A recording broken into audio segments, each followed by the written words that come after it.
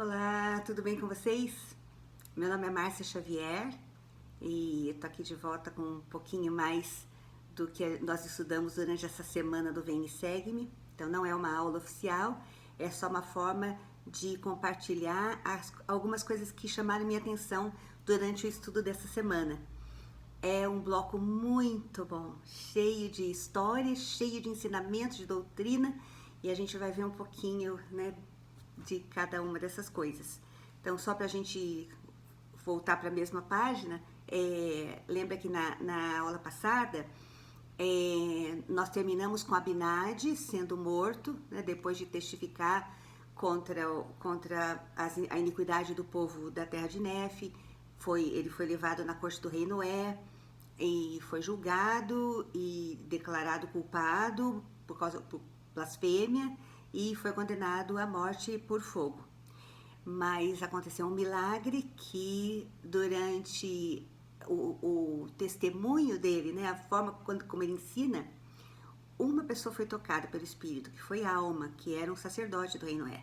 Alma, inclusive, tenta defender Abinadi, mas o rei Noé estava cercado de bajuladores, então ele não aceitava que ninguém fosse contra ele. Então, quando Alma levantou e se posicionou né, para defender Abinadi, ele teve que fugir, porque a vida dele estava correndo risco.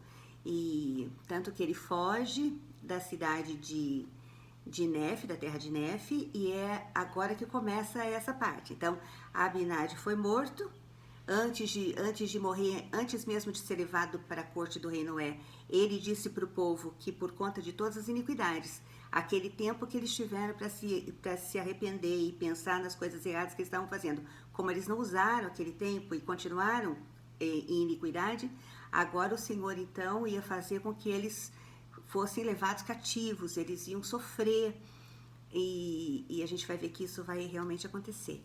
Mas então Alma foge, fica escondido num lugar que ele chama de Águas de Mormon. E aqui diz que é um lugar que tinha muitos animais selvagens. De repente, até por conta disso, ele estava protegido, né? Porque as pessoas não chegavam muito lá. Então, ele estava ali escondido do exército, né? Do rei Noé, que procuravam por ele. Então, com a cabeça prêmio, ele tinha que se proteger. Mas ainda assim, ele escreveu tudo que o profeta Abinadi ensinou e começou secretamente a ensinar ao povo.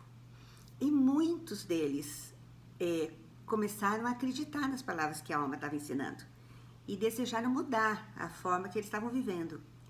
E começa então o capítulo 18 com esse povo sendo batizado nesse local chamado Águas de Mormon. E acho que o convênio batismal mais bem explicado, mais detalhado, mais bonito está aqui neste capítulo de Mosias. Quando a gente fala que eu vou ser batizada, né, eu sou batizada, eu fiz um convênio no meu batismo. Convênio do quê? O que é esse convênio batismal?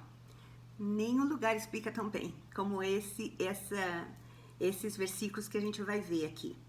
Então começa com o povo teve o desejo de mudar, teve o desejo, tudo começa com desejo no coração, né? A gente vai estudar também um pouquinho mais para frente sobre isso, mas começou com o desejo de acreditar e aquilo foi crescendo e eles então tomaram a decisão de serem batizados, né? Por quem como Alma possuía autoridade e foram até esse lugar. Começaram então, a Alma começou a batizá-los, mas antes de batizá-los, a Alma então pergunta para eles se eles estão dispostos a fazer esse convênio, que é o convênio que nós fazemos. E tá ali no 8, ele diz assim, ó, agora sendo que desejais entrar no rebanho de Deus, que é nosso caso, nós desejamos entrar no rebanho de Deus quando nós decidimos nos batizar. E desejais ser chamado seu povo. Aí ele começa, se vocês estão dispostos, né, então, entrar para o rebanho de Deus, a ser chamado como povo de Deus, se vocês estão dispostos a carregar os fardos uns dos outros para que fiquem leves, se vocês estão dispostos a chorar com os que choram, a consolar os que necessitam de consolo, a servir de testemunhas de Deus em todos os momentos, em todas as coisas e em todos os lugares em que vos encontreis, mesmo até a morte. Então, vocês podem, se esse é o desejo do seu coração, o que vocês estão esperando para serem batizados, né? Então, ele começa a batizar o povo. Vou falar um pouquinho sobre esse convênio aqui. É um convênio que não é fácil de ser seguido, mas foi um convênio perfeito, escrito por alguém perfeito. Foi o Senhor que escreveu esse convênio. E ele sabe que nós precisamos desse molde aqui. É isso que a gente precisa. Mas não é fácil você ser uma testemunha de Deus em todos os momentos, em todas as coisas, em todos os lugares. E claro que o Senhor sabia que uma hora ou outra a gente não ia conseguir fazer isso o tempo todo. Que muitas vezes nós não íamos carregar os fardos uns dos outros. Ou nós não íamos chorar com os que choram. Mas teve uma pessoa, uma pessoa perfeita, que foi Jesus Cristo, que fez isso 100%. O único capaz de... Ele foi assim, o maior exemplo de quem chora com os que choram, o maior exemplo de quem carrega os fardos, carrega os nossos fardos, o maior exemplo de consolar os que precisam de consolo e ser testemunha 100% em todos os momentos, todas as coisas, todos os lugares. O Senhor sabe que a gente não é capaz de fazer isso o tempo todo, mas com a ajuda do Salvador nós somos. Somos como? Isso que é esperado de nós, a gente ser testemunha o tempo todo. Mas para o Senhor, o que o Senhor quer? Ele sabe que a gente ia falhar, mas se nós fizermos tudo o que nós pudermos fazer, todo o nosso esforço, mesmo que a gente falhe uma hora ou outra, todo o nosso esforço, o Senhor entra com aquilo que falta, para que isso aqui seja completo. Então, o que nós precisamos fazer é nos esforçar sempre para tentar fazer o máximo que nós pudermos para cumprir esse convênio batismal, né? De carregar os fardos, chorar com os que choram, consolar, tomar sobre nós o nome de Cristo e ser testemunha o tempo todo. Queria falar um pouquinho sobre ser testemunha. Quando a gente tem um processo, né, e você está defendendo uma causa, e você tem uma testemunha daquele fato que você está defendendo, a testemunha, ela vai dar veracidade àquilo que você está dizendo. E aqui ele está dizendo que nós vamos ser testemunhas de Deus. Testemunhas de Deus. Quer dizer o que isso? Que eu tenho o tempo todo que testemunhar a favor de Deus. E num mundo que não acredita em Deus, ou que está desacreditando, num mundo que acha que Deus não nos ama, num mundo que acha que Deus nos abandonou, principalmente numa época que a gente está de tanto sofrimento com esse coronavírus, muita gente está achando que Deus não virou as costas para nós. Ou Deus não é o criador desse universo. Isso aqui foi uma explosão que fez acontecer tudo isso aqui. Então, muitas vezes nós nos defrontamos com situações que nós podemos ser essas testemunhas. Não, eu sou testemunha, eu sei que ele criou esse mundo, eu sei que ele nos ama, eu sei que ele tem controle de tudo. Então, de todas as formas que a gente puder ser testemunha, é isso que é esperado de nós. É que eu diga, não, eu sei. E é isso que ele está falando para esse povo. Então, em todos os momentos, em todas as coisas e em todos os lugares.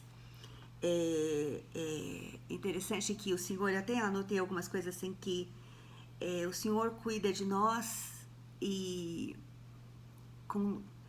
Ele nos ama e nos ajuda a fazer essa parte do convênio. Apesar das nossas imperfeições, o Senhor está ali nos amparando, nos ajudando, nos dando forças, feliz com cada progresso que a gente faz para cumprir esse convênio batismal, que foi o convênio que o povo de Alma fez quando aceitaram tomar sobre eles o nome de Cristo, né? Aí fala aqui que não é só isso, que além de tudo isso aqui que a gente está falando, ainda tem mais alguma coisa que a gente tem que fazer, ó. Ali no 10 fala assim, ó, haveis feito convênio de servi-lo e guardar seus mandamentos. E aí, para que ele possa derramar seu espírito com mais abundância sobre vós. E esse povo aceita, e nós aceitamos, quando a gente disse sim, eu vou me batizar. Então, nós aceitamos fazer tudo isso. Então, é isso que me chamou a atenção nessa semana, é um convênio tão completo, e que muitas vezes nós falhamos, a gente não consegue fazer isso o tempo todo, mas o nosso esforço é recompensado. E cada vez que eu me esforço, o Senhor vem com aquela parte que está faltando e me complementa por causa da expiação, do amor, da misericórdia que Ele tem por nós. Então, essa é a parte que eu queria falar aqui das águas de Mórmon. Então, o que acontece depois é que o povo começa a ouvir, a se batizar e a crescer, o grupo começa a crescer, e começa, o pessoal lá da Terra de Neve começa a ficar desconfiado. Que tanto esse povo sai? É um tal de entre, sai, alguma coisa está errada aí. Então, eles começam a tentar persegui-los, achar, né, vamos seguir para ver para onde eles vão. E o Senhor, então, alerta a alma e fala, pega seu povo, sai daí, porque vocês estão correndo risco, eles estão procurando vocês. Então, saia da terra desse lugar chamado Águas de Mórmon, que eu vou guiar vocês. Então, aqui naquele meu mapinha que eu fiz, então, eles saem daqui, eles estavam aqui, vêm para cá, ó, eles saem daqui, andam mais ou menos uns 8 dias e encontram esse lugar que eles chamam de Terra de Elã. E nessa Terra de Elã, eles começam, então, a morar, a cultivar a terra, sendo sempre guiados por um profeta, que é alma, que ensina, que cuida. E eles começaram a prosperar, e a progredir, e a plantar, e a construir, e começaram a crescer. Na contramão disso, então, a gente tem a alma que saiu. Agora a gente tem o povo que não saiu, que ficou, que era aquele povo que morava ali na terra de Nefe. Então, Noé continuava o rei. Noé tinha um filho chamado Lime, e nessa história entra um homem muito forte, muito assim, sério com as coisas, que é inimigo do rei, chamado Gideão. E Gideão não aguenta mais o rei Noé. As coisas que o rei Noé tem imposto para o povo. Ele está vendo o que o povo dele está deteriorando, que muita gente foi embora. Foram quase 450 pessoas saíram dali, que eles não sabem para onde foram, né? Então, Gideão, ele enfrenta o rei. Ele vai atrás do rei e tenta matá-lo. Mas o rei não é esperto. Sobe numa torre para se defender, para se proteger. E do alto da torre, ele olha e vê o exército lamanita chegando para atacar a cidade. Aí, o que ele fala? Ele pede, não, Gideão, por favor, não vai me matar agora, né? Salva minha vida, me poupe, porque os lamanitas estão vindo e eu tô preocupado com o povo. Eu tô preocupado com o povo, tá bom? Aqui o Mormon entra na história falando assim, ó, lá no 19:8. O rei não estava preocupado com o seu povo, né, como estava com a sua própria vida, mas Gideão poupou a vida do rei. Aí, o que o rei Noé faz? Ele vai na frente, pega o povo e fala assim, gente, vamos fugir. Os lamanitas estão chegando, vamos fugir daqui. E ele vai na frente, fugindo, quem está atrás, que se vire. E ele está fugindo, e ele está vendo que os lamanitas estão alcançando. E tem gente que não consegue ir tão rápido quanto ele. Então, a gente vê que lá no fim da fila, tinham idosos, tinham provavelmente mulheres grávidas, mulheres com criança, criança pequena, que não tinha como correr. Aí a gente vê o coração desse homem tão ruim. Fala assim, ó, no 11.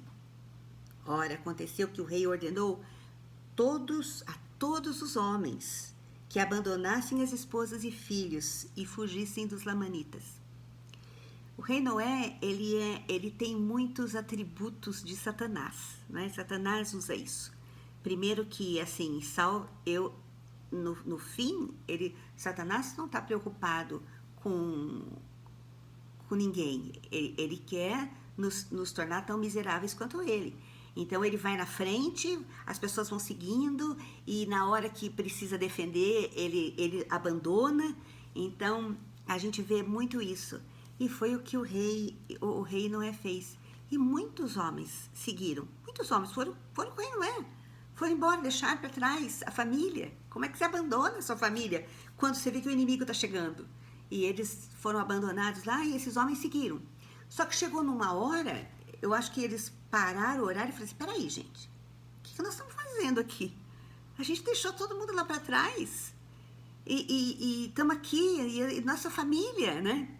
E eles, então, tentam voltar. O rei Noé não deixa, não permite que eles voltem. E eles acabam, então, matando o rei Noé. Como Abinadi tinha profetizado que aconteceria. Eles, então, tentam matar os sacerdotes do rei Noé. Mas os sacerdotes são mais espertos, saem correndo, fogem. E esses homens falam assim, e agora, gente? Vamos ter que voltar lá. Tem que voltar, ó, gente, voltei, tá? Mas vamos ver o que aconteceu com a nossa família. O que aconteceu? Eles estavam achando que já deve ter morrido na mão dos lamanitas, mas a gente tem que voltar. Se por um acaso eles morreram, nós vamos tentar nos vingar e morremos também, sei lá, mas vamos voltar. Bom, nesse intervalo, enquanto eles fugiam, os lamanitas então tomaram conta da terra de Nefe, tomaram a terra de Nefe mais, aí se tornaram ainda mais cativos deles. Então, entre esses que ficaram, estava Lime. E Lime, então, pediu, por favor, nos poupe o nosso povo. Os lamanitas pouparam, deixaram que eles voltassem para a cidade, mas com impostos altíssimos. Então, metade de tudo que vocês têm, metade de tudo que vocês plantarem é nosso. E tá bom, é o jeito de ter a vida salva, nós vamos ficar aqui e vamos nos submeter a isso. Eles, durante 2 anos ficou tudo mais ou menos bem, mas aí o que aconteceu com aqueles sacerdotes que fugiram? Eles fogem e nessas escapadas, assim, andando lá pela deserto, floresta, o que quer que seja, eles viram algumas das filhas dos lamanitas que estavam dançando, estavam ali, e eles acabam sequestrando as meninas. Quando o exército lamanita descobre que sente falta, cadê as meninas que não voltam? Eles acham que quem fez isso foi o pessoal lá da terra de Nefe, então eles caem matando lá em cima do povo de Lime. E Lime não entende, mas por que eles estão atrás de nós? E o povo de Lime, então, vai para a batalha, mas eles conseguem, eles lutam com tanta vontade, tanta força para defender o pouco que eles tinham, que eles conseguem fazer com que os lamanitas se afastem. Mas nessa batalha, o rei dos lamanitas é dado como morto. E o povo do rei Lime percebe que ele não morreu e leva ele para a cidade de Nefe. E aí ele que fala, não, vocês sequestraram as meninas, por isso nós estamos aqui. E ele, então, o Lime fala para o Gideon, vai atrás, vai ver aqui no povo quem é que fez uma barbaridade dessa. E Gideon, que era muito esperto, falou, olha, rei, lembra daqueles sacerdotes lá? Muito provavelmente foram eles que sequestraram. Eu duvido que alguém do povo tenha feito isso. E aí aí eles tentam negociar com os lamanitas e o rei intercede e pronto. mas as coisas começaram a ficar muito difíceis. E agora a gente vai ver a diferença entre o povo de Alma e o povo de Lime. O que aconteceu com um, o que aconteceu com o outro. É um período de 24 anos agora vai se passar. 24 anos em que o povo de Alma, lá na cidade de Elã, tem progresso, eles são prósperos, eles crescem e edificam a terra, eles plantam e constroem edifícios e a coisa está indo muito bem. Enquanto que os 24 anos do povo de Lime foi terrível, terrível. E só piorou. E isso é um negócio interessante, porque começa assim, ó, eles estavam cansados de sofrer.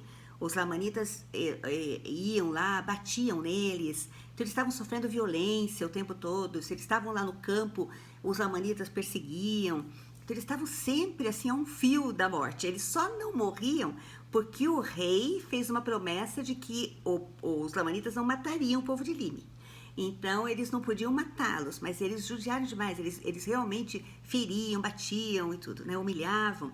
E o povo começou a reclamar. Eles vão reclamar para quem? Eles vão reclamar para o rei.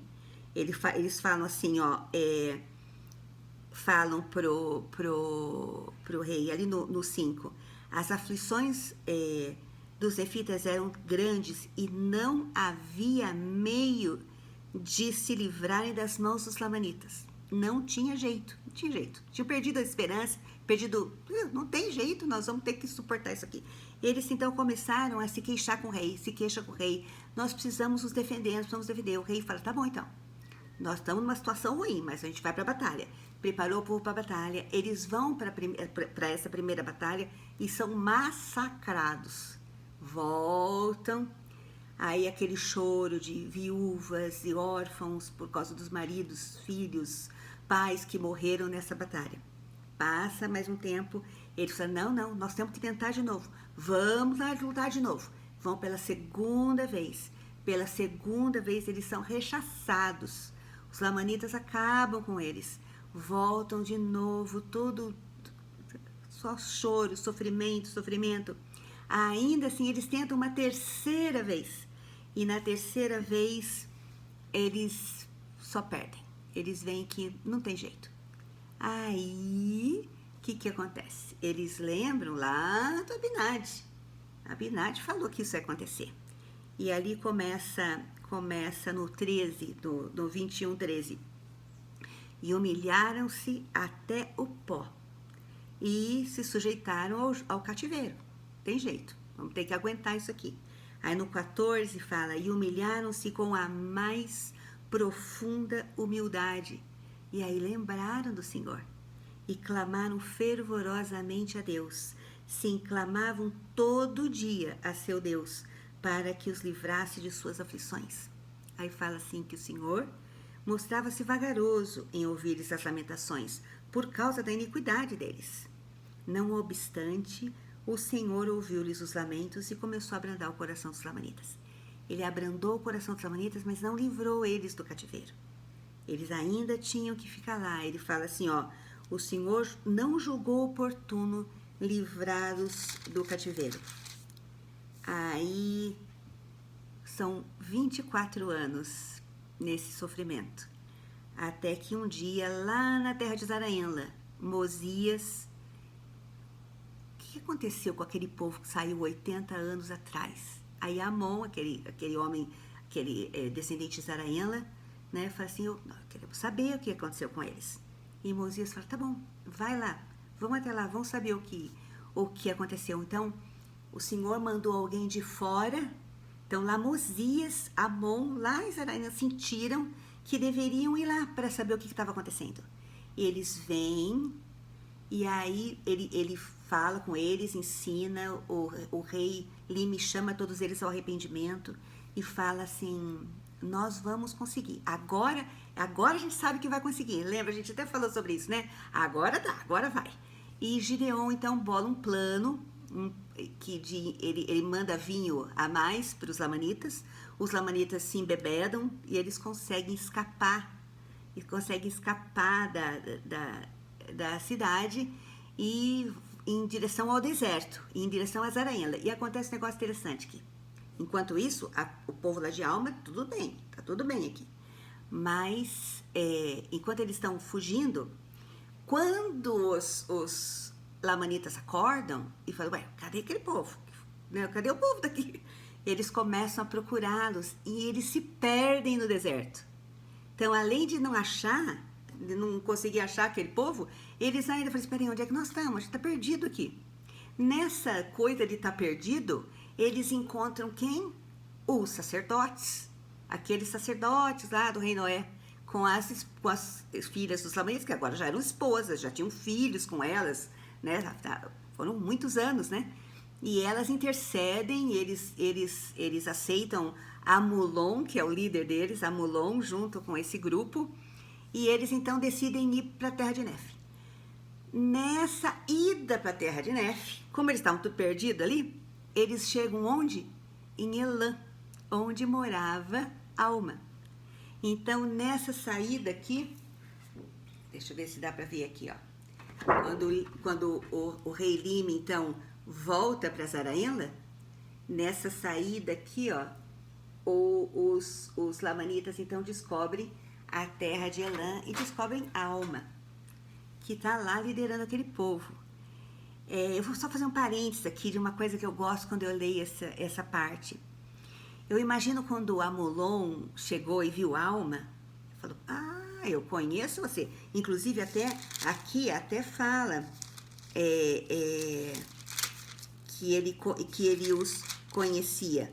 Ele falou assim, ó, porque Amulon, lá no 24, porque Amulon conhecia Alma e sabia que ele havia sido um dos sacerdotes do rei. Acho que Amulon olhou e falou, espera aí, ele era aquele sacerdote que fugiu, né?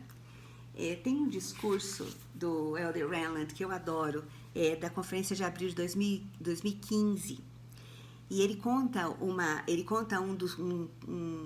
peça, um texto de Shakespeare chamado Como lhe aprouver, e conta a história de dois irmãos, um irmão mais velho que estava sempre tentando matar o irmão mais novo, até que acontece uma situação e o irmão mais novo salva a vida do irmão mais velho. Aí aquilo toca tanto o coração do irmão mais velho que ele percebe o que ele estava fazendo. O que eu vou fazer? Por que eu estou querendo matar meu irmão? E aí algumas pessoas interrogam ele e falam assim, peraí, você não era aquele que estava sempre tentando matar o seu irmão? E a resposta dele é ótima.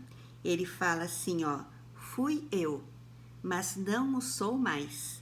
Não me envergonho de dizer-lhe quem uma vez fui. Porquanto minha conversão é para mim doce, e faz de mim quem hoje sou. Fui eu, mas não o sou mais. Então, quando Amulon chega lá e vê Alma foi um sacerdote do rei Noé. A gente não sabe como é que foi, mas não era mais. Agora ele era o profeta do Senhor, o líder escolhido daquele povo, inspiradíssimo, né? E muitas vezes nós fazemos assim. A gente olha as pessoas como elas eram lá atrás e a gente não vê a mudança. A gente não vê que houve uma mudança. Eu era assim, não sou mais. Aquele eu não existe mais. Adoro essa consideração, assim, esse pensar, falar sobre esse pedacinho aqui, que é só um pedacinho de um versículo, mas que me chama atenção por isso, que muitas vezes nós somos esse Amulon, que ficamos apontando, eu te conheço lá de trás. Não, eu fui, não sou mais. Mas deixa eu mostrar um pouquinho a diferença do que aconteceu com o povo de Lime e o povo de Alma. O povo de Lime, lembra, foi lá na orelha do rei. Precisamos lutar, precisamos fazer alguma coisa. O povo de Alma, quando eles perceberam que os lamanitas estavam se aproximando, qual foi a primeira coisa que eles fizeram? Foi falar com Alma. Foram lá falar com o profeta e falaram para o profeta, veja o que o Senhor quer que a gente faça, né? Tá ali no 23. Aí ele diz assim, ó, não obstante, O Senhor julga conveniente castigar seu povo. Sim, ele prova sua fé, sua paciência e sua fé. Entretanto, quem nele confia será elevado no último dia. E assim foi com este povo. Eles foram falar com o profeta. Eles não foram falar com o rei, brigar nada. E o profeta falou, confia em Deus. Confia em Deus. Ele vai saber o que fazer. E o que acontece é que eles foram mantidos cativos, com Amulon, que era muito ruim, cuidando daquele povo, e puseram cargas pesadíssimas neles. Mas aí o milagre, né? Você confia no Senhor e os milagres acontecem. Aí ele fala assim, ó, alma se pôs no meio deles e exortou-os a não temerem, mas a lembrar-se do Senhor seu Deus, e ele libertá-los-ia. E eles começaram a orar. A Amulon começou, não pode orar. Não pode orar, isso está errado. Eles começaram a orar em pensamento. E oravam o tempo todo. E a gente sabe aqui que o Senhor, então, aliviou a carga deles, o peso literal da carga. Eles trabalhavam demais, mas não sentiam o cansaço da carga que os lamanitas estavam colocando sobre eles. Isso é maravilhoso. Ó, e aconteceu que suas aflições eram tão grandes que começaram a clamar fervorosamente. E aconteceu que a voz do Senhor lhes falou em suas aflições, dizendo, levantai a cabeça e tende bom ânimo, porque sei do convênio que fizestes comigo, e farei um convênio com o meu povo e libertá-lo-ei do cativeiro. E também aliviarei as cargas que são colocadas sobre vossos ombros, de modo que não as podereis sentir sobre vossas costas, enquanto estiveres no cativeiro. E isto eu farei para que sejais minhas testemunhas no futuro, e para que tenhais plena certeza de que eu, Senhor Deus, visito o meu povo nas suas aflições. E o tempo foi passando, até um dia que o Senhor falou, tende bom ânimo, porque amanhã vos libertarei do cativeiro. E essa é a diferença. O povo de Lime, veio alguém de fora, veio alguém lá da cidade de Zaraenla para tentar ajudá-los a sair. Esse povo não, eles, foi de dentro, eles saíram sozinhos, de uma maneira tão milagrosa, tão, com a mão do Senhor mesmo, que os guardas dormiram, eles conseguiram sair e foram então em direção à terra de Zaraenla. E agora todos eles então todos eles chegaram e estão morando sob a direção do rei Mosias. Os capítulos que a gente vai ver na semana que vem é a alma ensinando e batizando esse povo, a alma com o pai, o sofrimento dele com o filho e a maneira como o Senhor ajudou. Essa parte do livro de Mormon é maravilhosa. Aliás, o livro de Mormon é maravilhoso. Mas de tudo isso aqui, a coisa que mais me chamou a atenção é isso. É que a gente está vivendo uma época tão difícil, né? Tão difícil, o mundo está sofrendo. E essas palavras aqui de alma para o povo dele vem como uma maneira um consolo tão grande para nós. E eu vou terminar minhas considerações da semana com isso aqui. Levantai a cabeça e tende bom ânimo, porque sei do convênio que fizestes comigo, e farei um convênio com o meu povo, e libertá-lo-ei do cativeiro. Esse cativeiro, toda essa tristeza que a gente está vivendo, vai passar, vai passar. E nós vamos servir de testemunhas disso, e de que a gente viu a mão do Senhor durante todo esse período difícil que o mundo está enfrentando. É isso, queridos. Que vocês tenham uma boa semana e que sejam protegidos, com saúde. E a gente se vê na próxima semana, tá? Abração, povo. Tchau, tchau.